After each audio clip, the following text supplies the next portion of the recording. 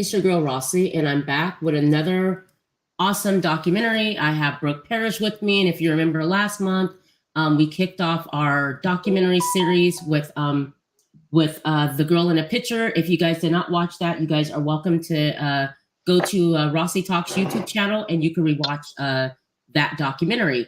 Tonight, Brooke and I are going to discuss and review the American Manhunt, the Boston Marathon bombing. And let's get into it, guys.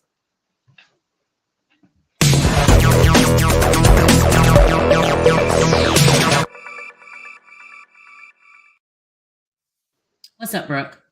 What's up? How are you? I'm doing good. How are you? Awesome. I'm doing really good. So, just a second, guys. Let me get my phone taken care of here. Okay. So, just to let you guys know, on Rossie Talks now, I'm doing a documentary every month. Brooke will always choose a documentary, bring it to me, and we'll discuss it. So Brooke decided for us to review and talk about the Boston Marathon bombing, which is I remember when that happened. Brooke, what made you choose this documentary? Yeah, when it first happened, I was only about 12 or 13 years old, so I knew some details about it, but I didn't know nearly everything that happened afterwards and leading up to the arrest and everything. So I just decided to watch it, and you can't stop watching it the whole time. So it's broken up into 3 different episodes. Right. So yeah, it's a pretty crazy story, and I think everybody knows all the details about it, but if you don't, that's why I wanted to kind of talk about it. So absolutely. So it's been 10 years since when it first happened. The Boston Marathon bombing happened April 15th at exactly 11:49 a.m. In 2013, and I'm just going to read a little bit about it, guys, if you don't know. So the documentary follows the tragedy when terrorists detonated a bomb at the Boston Marathon's finish line. They carried out the attack by placing 2 homemade pressure cooker bombs that resulted in 3 fatalities and numerous injuries. And if you guys don't know what a pressure cooker bomb is, just to let you know, they used a pressure cooker bomb because it's actually an improvised explosive device, an IED, sorry, created by inserting explosive materials into a pressure cooker. They have a blasting cap, and they put it into the corner of the cover of the pressure cooker. So they made this at home. The bombers end up being 2 brothers. But before we get into that, a little bit about the Boston Marathon. This is a huge deal that happens in Boston every year. So I want to just let you guys know a little bit about it because I didn't really know about it. It's actually the world's oldest annual marathon, first held in 1897 and annually thereafter on Patriots Day. So from 1969, the third Monday in April, which commemorates the battles of Lexington and Concord in 1775. So it's a huge deal. I mean, everyone shows up for this marathon, and nothing's ever happened like this. So, Brooke, you want to? Go ahead. Go ahead. It's like a giant block party, and there's about 500,000 people that come to watch it just from the street. Right. And so it's on Patriots Day, which is it's a local holiday. It's not celebrated, here in California, but it's local for them. And so, Boston, is a very community oriented city, and they love their people and they love their country. So, so, for this to kind of happen was, definitely a shock to everybody, including law enforcement and first responders that were there. But and they were, the bombs were, pressure cooker bombs, which, those ingredients you can get from just any general store. And they actually found a lid from one of them on top of a roof of a building. So that just kind of shows how explosive it was. But and like it mentioned, the bombs were placed at the finish line, guys. So and there were 2 bombs that was placed at the finish line. It was approximately 14 seconds and 210 yards apart. So one bomb goes off, and when you watch this documentary, I mean, if you've seen this on the news and you guys know about it, it the the view that they give you of when that first bombing goes off, crazy. I mean, I felt it sitting on my couch, you know, and watching it, and just imagine being there and the radius of that. Not only that, but um, where the bomb was placed at, kids, like there's kids at this event. Like Brooke said, this is like a block party, and for someone to knowingly do that, it's absolutely evil, you know. And in this, when this happened, let's see, there was 200, and I think it was let's see, we had 281 victims that were injured. 17 of those victims lost limbs. Three or four people died, and I want to mention their names. The youngest person that died, his name was Martin Richard. He was 8 years old. He was from Dorchester, Mass. We have Lindsay Liu. She was 23. She was from China. We have Crystal Campbell, who was 29, from Medford, Mass. And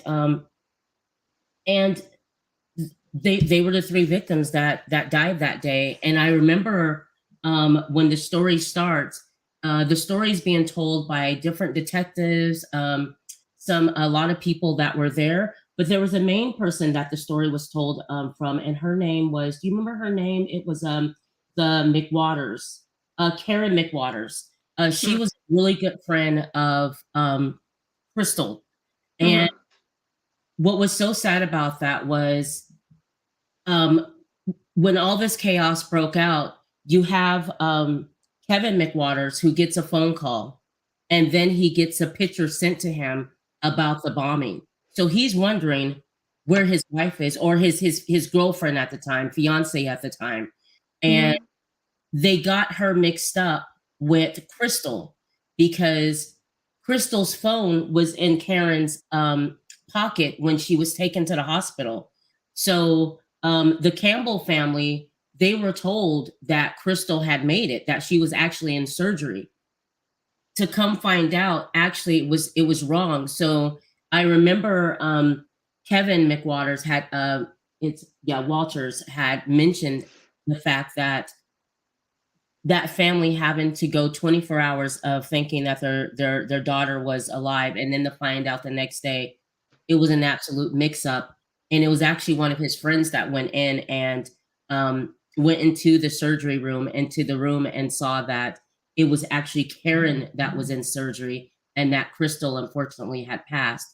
So, and Karen was one of the victims that actually lost her limb. You want to talk about the manhunt that took place? Yeah, so immediately afterwards, the FBI got involved. And so they were trying to, figure out, of course, the motive, or, Right. They ended up blocking off the street and sweeping it, seeing if they could Right. find any more devices, explosive devices. They Right. weren't able to find any more. And then, oh, what's pretty crazy that I found out was 125 phones were recovered from the scene.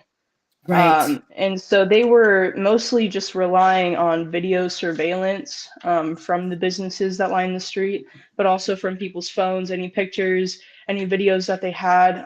They actually went to the airport and set up, I think it was called the Black Hawk terminal. So it Right. was where they could process any evidence. They went to the airport to try to, get people to, give them any sort of videos or phone or photos that they had before they went back home, wherever they were going.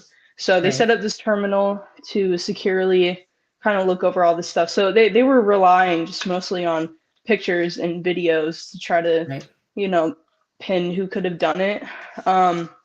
There was one victim of the bombing. He was a Saudi national or Okay. citizen. Yeah. And so they, I think it was only I think 4 or 5 hours after this happened, they went to his house to try to find any evidence. When they approached him, he like threw his phone down on the ground and smashed it. And so that could be a detonator for, a bomb, or Right, trying to right, hide evidence. So there's a right, lot of things that were kind of, weird and strange about it, but right, they ended up just kind of being like, he's just a strange guy. Like there right. really was nothing Nothing. linking him to it. Um, but yeah, they try to keep everything under wraps so that, the media wouldn't leak anything, and then maybe the people that did this, Right, would run away, or yeah.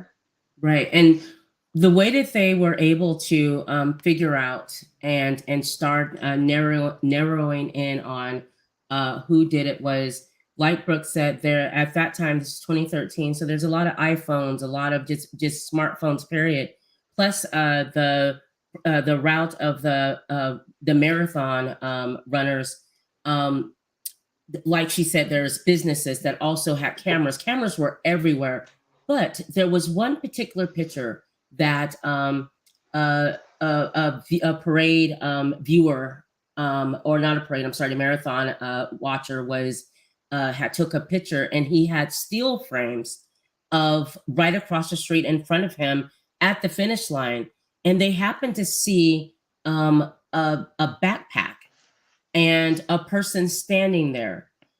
Also, the backpack that was retrieved from the bombing, was obviously shredded to pieces, but they had that. So them having that original backpack, although in pieces, they were able to connect that to the still picture that the gentleman gave the police officers, the detectives, FBI, and with that, they were able to watch footage. And I remember them mentioning that there was 8 hours of footage, which means that it would take 8 hours for them to go through that footage. And them going through that footage, they were able to catch one of the terrorists in that frame, and they referred to him as White Hat. At that time, they didn't know there were two of them. They just saw the first guy, which they referred to as White Hat because he had a white hat on. And as they're tracing this person back on video, remember, they're running the video forward, they're rewinding it, they're fast forwarding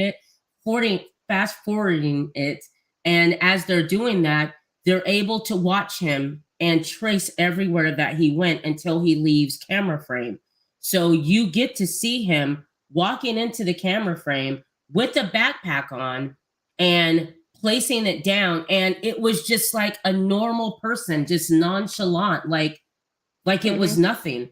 And with that, they were then able to see the second bomber, and they were able to trace them together as well with backpacks, just like college students, just walking through the crowds, just happened, like they just were there just to see the marathon runners like everyone else were. But they were able to track them with that still picture and them standing there. And there was an older suspect, a younger suspect. They happened to be brothers. And do you want to talk just a little bit about them? I don't really want to mention their names. You guys can look up and find out who they are, but I don't want to mention their names because I just, they've had enough, publicity from this. Yeah. So we don't want to do that. But we can tell you a little bit about the brothers. Yeah. So they were from Russia, or a region in Russia. What is it called? They were Chechen. Yeah. Chechen. Yeah. Yes. Sorry. So there was, I think, a lot of oppression over there, and just wasn't a good place for them to have a family. So their father and his wife and the two kids, when they were pretty young, they moved to the U.S. to pursue like the American dream. Somewhere in it says that his dad realized that the American dream wasn't really what he thought it was. I don't know how relevant that is to like the motive, but it kind of shows that maybe there was some animosity.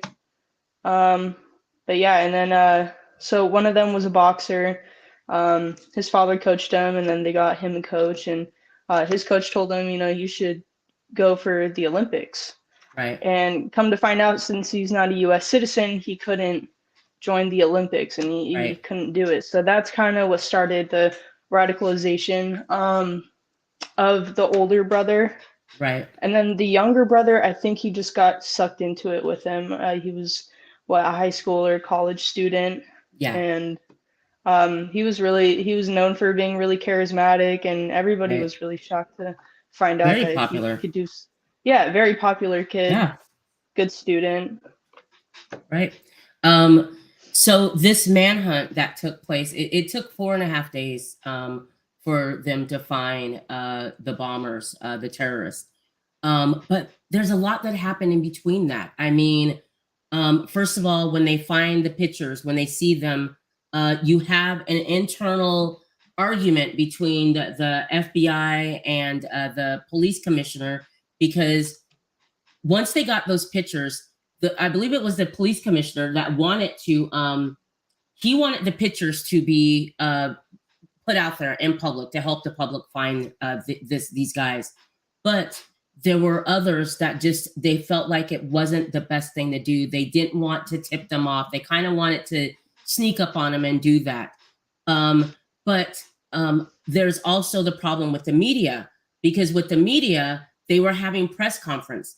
There was another press conference they were supposed to have. They decided to cancel it because they had found those pictures, but they were trying to figure out what they wanted to do. Unfortunately, with the media, them not being able to have that press conference, they kind of ran with their own stories and just kind of made things up. A lot of misinformation from the media at that time. So there was a certain point to where they agreed, meaning FBI commissioner, we're going to go ahead and release their pictures. And once the pictures were released, there are many different people that are talking in this documentary and giving their standpoint. Well, you have friends that knew the younger brother, and like Brooke said, they were shocked.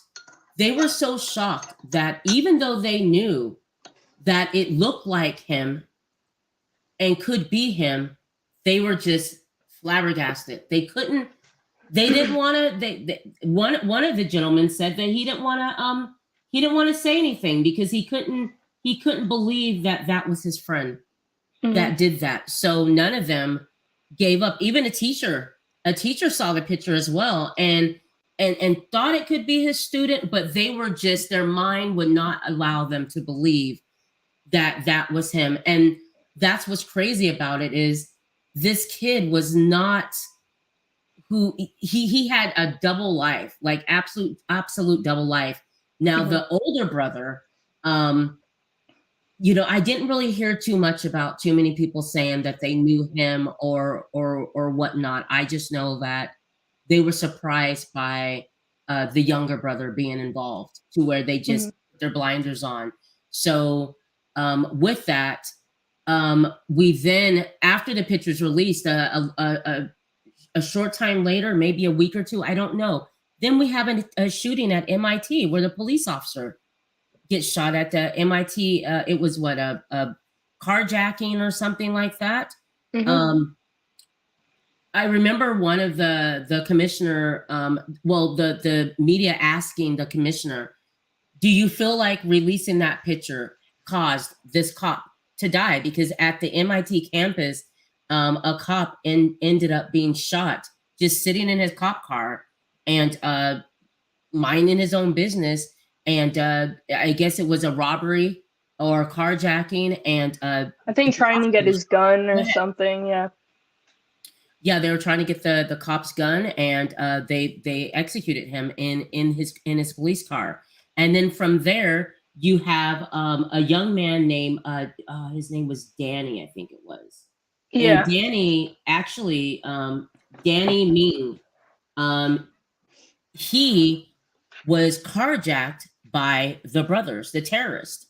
And he was told to go to the bank. So they have them on the bank using the guy's Danny's bank card. From there, Danny lets them know, I don't have gas in my vehicle. It's probably good for us to get gas, because Danny was saying that they were on their way to New York, and he believes that they possibly were going to New York to plant maybe another bomb. He doesn't know. I remember him being frightened because, I mean, he thought he was going to die that evening, that he was kidnapped by the two terrorists. And you want to talk about just that scene, which I guess the shootout that ends up happening in Watertown, but just talk about Danny and what happened with that. Yeah, so they Danny had just pulled over to, I think, answer a text, and he saw a car pull up behind him, and then one of the guys, I think it might have been the older brother, he jumped in to the side and you know, told him to start driving. And so he was terrified, and the older brother was kind of bragging about what they had done and kind of admitted and gave himself up to Danny, you know, maybe to instill fear into him. I'm sure it was. So then I think at some point the two brothers ditch their car, and so then the younger one hops in, and Danny says that you know, his car needs to get some gas. So they pull up to the gas station, and that's when he just makes a run for it. And he was like, I, you know, felt like that was my only chance, you know, to get away. So yeah, he left. He ran across the street to a different gas station, and he actually memorized the transmitter number to his GPS tracking device. And he was like, I don't know why I just remembered it, but you know, I knew what it was. So yeah, they were able to track them to Watertown, which is where the police you know, try to interfere and arrest them, and then that whole situation happened. My gosh. And I never heard about the second part of this. Yeah, so I didn't know that it was that kind of manhunt, but like that's not all that happens either. There's still more to it. So yeah, the police, they, you know, they follow them into a suburban neighborhood, and that's when the brothers just immediately start shooting at them, trying to throw more pipe bombs or pressure cooker bombs at them. And the boys, you can see actually videos, like footage of this all happening, and they were trying to, you know, get cover behind the SUV that they took from Danny. And they go and throw out a pressure cooker bomb, but the lid like came off. So if the lid had stayed on and it boiled up to, you know, the peak of, you know, how much impact it was going to have, then, you know, that whole street would have been just wiped out, you know. So yeah, and you know, there were residents trying to come outside of their homes and see what was going on, and you know, there definitely could have been a lot of casualties, but luckily there weren't.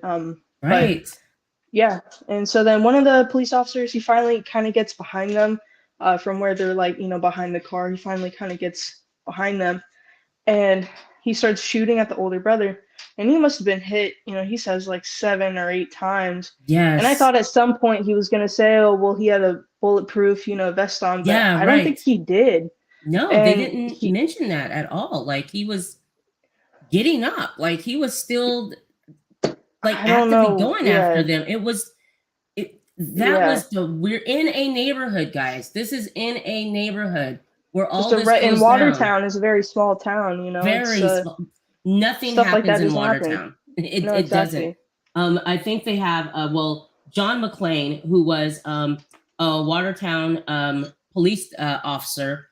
He was the first one on the scene, okay? And he even mentioned, like, he don't even believe he's pulled his gun out before in Watertown. That's how safe this place was. And then you have Jeffrey Puglisi Jr., who was the police sergeant of Watertown. They don't know that they have the Boston bombers. The call came in for carjackers, that there was a carjacking. They don't know that. So this fight that Brooke's talking about, them getting into this freaking Wild West gunfight that they get into in the middle of a street, houses on each side. I mean, they're going at it, and the brothers are throwing pipe bombs, the pressure cooker bombs. Like Brooke said, thank goodness that cap, you know, wasn't on, because it could have killed them. And that's another thing. These two, the police officer, John McClane, I'm sorry, McClellan, he's like, when he's telling his story, he's just kind of like, can't believe that they're throwing bombs, and he doesn't even put together, okay, the marathon bombers. It's not even, it hasn't even hit him that that's who they have. They literally think it's a carjacking. I do have a problem with the fact that the shootout that they had with these guys, the bullet holes in the people's doors, one bullet almost hit a baby that was in its crib. Like, thank God no one died. No one was hit with bullets in their homes. And you get to hear the 911 calls of the residents, you know, saying, I hear a bang, I hear shootings, and you in the 911 dispatcher saying, we know what's going on, go back into your place. At this scene though, the older brother ends up getting ran over by his younger brother, because through this whole chaos, the younger brother is able to get back in an SUV, and they're in the street trying to apprehend the older brother. As over the radio, they hear the SUV, the SUV's coming for us. You see them get out the way. What did you think of that when they showed that footage of him getting ran over? I couldn't believe. So, what was really crazy? So after that police officer kept shooting at him, and you know he was still standing up. You know, I think maybe his the older brother's gun jammed, or he didn't have anything else. So you can see footage of him walking from the SUV that they stole, walking towards the police, and he's just booking it towards them. I don't know. You don't know what he's gonna do, you know, but you're just kind of like, what? Exactly. And so they apprehend him. They get him on the ground finally, and you know, there's a group of 3 or 4 police officers just on top of this guy, and that's when the younger brother, he ran into the SUV, and I don't know what the hell he was thinking was gonna happen, but he was probably going 45, 50 miles an hour, just punched on the gas and ran his brother over. Actually, I think he was trying to run over the police officers, but they were quick enough, so he just ran over his brother and dragged him 20, 30 feet or something like that. I don't know, but really, really horrible. No, it was. I was thinking, like, I wonder if he ran over his brother because basically maybe they had a conversation. If we ever get caught or something happened, you kill me, I kill you, or something. It must have I was been. thinking maybe that's why he ran over his brother, because it was like intentional. Like, even as the cops get out of the way, and there's so many cameras that you see that, and you see the brother underneath the SUV being dragged, and so so what ends up happening is your younger brother ends up getting away. He eludes the police. He gets away. They show, you can see that he pulls up at a stop sign. He gets out of the car, out of the SUV, and he takes off running. So they don't know where he is. They get the older brother to the hospital, where he then dies from his injuries, which were horrible. And so now we're out to find the younger brother, and that was just. They didn't know where he went. Okay. So they're thinking maybe he's still in Watertown. So they need to do a little bit more research, because remember, I don't think at this point at this point they do know who he is. They do know his name at this point, the younger brother's name. It is, the things that are going on is so devastating that they had to shut down the city of Boston. Like, every little town, the Boston was on lockdown. They shut down the public transportation too. So you couldn't use the bus, you couldn't like stay inside your house. And they were just gonna sweep that entire place. Absolutely. So. It was on. They had to get him because they still don't know. And actually at this point they do know that, okay, they did have bombs with them. And just to wrap up the scene at Watertown, so once that's all cleared up, the 2 officers are told by agents that showed up in Watertown, do you guys know who you have? And they're like, yeah, they're carjackers. And they're like, no, they're not. You guys had the Boston, the marathon bombers. That's who you guys had. So this small police force were the ones that that took down at least one of them.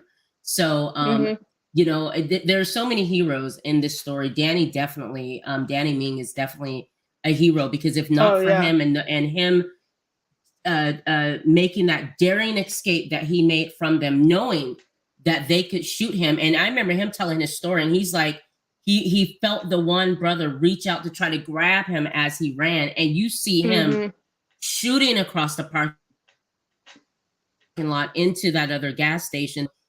Because of him, where we're at. You want to speak about how they found the younger brother, where they found him at? Yeah, I can't quite remember all of the details, but I think somebody got a report that maybe there's somebody hiding in a boat. Right. So everybody was told to stay inside. And I forget how long they had been sweeping the town for, but it was for quite a while. And they were like, okay, where could he be? Like, you know, we're now reaching the end of it, you know? Right. And yeah, I think they got a report that somebody was like hiding out in, you know, this boat. So they go and approach it. And you also have video footage of that. And it's like silence. They're all kind of watching the boat. And just out of nowhere, just gunshots, you know, aiming directly at them, you know, just out of nowhere. So yeah, pretty crazy stuff. So the final day, so it was 4.5 days later that they found the both of them, okay, the suspects. And it was on April 15th, 2013 at exactly 11:49 a.m.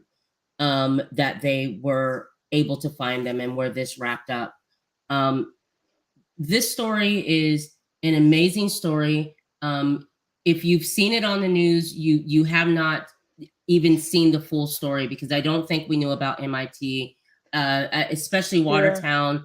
I don't remember just them being as in depth with reporting like they did with this documentary, and really giving us a insight look at exactly what happened. And so they still have the marathon every year. That's one thing about the people of Boston. They are patriotic people. They're strong people. They're a close-knit city. Boston strong. Boston strong, absolutely. And it is a beautiful city, one of the most beautiful cities in the United States. And they you know, stood up and continued on with their life. And but they'll never forget the victims. And again, let's I want to mention, we have Martin Richard. He was 8 years old. He was from Dorchester, Massachusetts. You have Lindsay Liu. She was 23. She was from China. We have Crystal Campbell, who was 29, from Medford. And they lost their lives because of these two selfish young men that were angry because things weren't going the way that they had planned for it to go in America. And they were also, it was saying that they were getting revenge because of the war that was happening in Iraq and Afghanistan. So this was a revenge on America as well. So like we said, the oldest brother died. The younger brother is now serving. He's on death row. He is right now. He is on death row.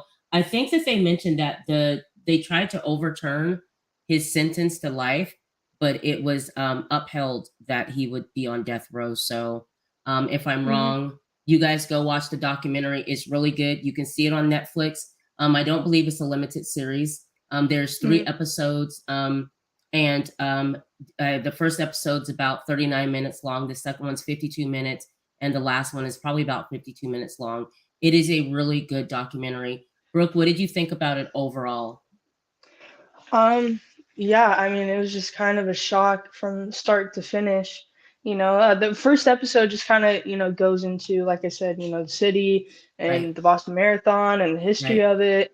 and, you know, the initial events that, you know, took place from, you know, the start of that. Right.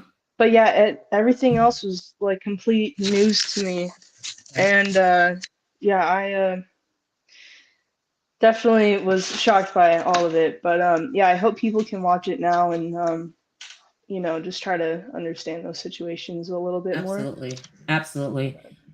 Yeah, definitely watch this on Netflix. You can stream it on Netflix, or I don't think it's streaming anywhere else because it is a Netflix special. Yep. But Brooke, I appreciate you bringing that to the audience. By the way, guys, this is episode 31 of Rossie Talks.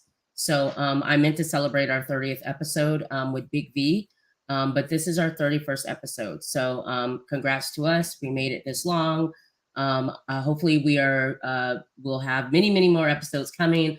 Brooke's going to come back again next month with another documentary. I wonder what she brings. So far, she's been hitting it out of the ballpark with these documentaries. They've been really good. I thank you for coming on.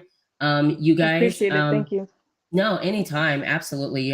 We're happy that you're a part of the channel, and from what everyone, the listeners on the podcast are really liking the documentary. So I appreciate you guys.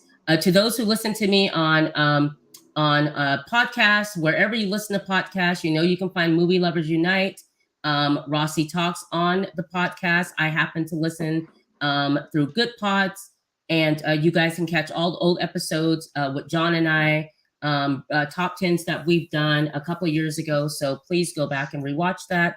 And also, guys, you know, take out your phone sometimes when you're listening to me. Take it out. Go to Rossie Talks on YouTube. Please hit the like, subscribe to the channel, guys. I really could use the help to grow that channel. All right. And other than that, that's about it. Brooke, do you have anything that's coming up? Do you want to talk about anything? No, I mean, I'm just kind of trying to decide what I want to do for the next one.